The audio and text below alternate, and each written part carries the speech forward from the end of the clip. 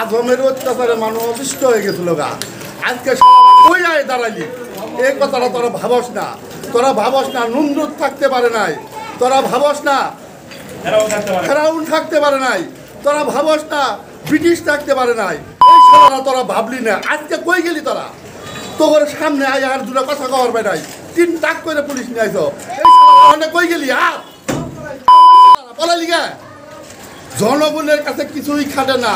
তোরা জনগণকে খুব শাস্তি দিছ, তোরা খুব অন্যায় করছ। আজকে দেখ তোরা কই গেলি, তোরা খুব নির্যাতন করছ।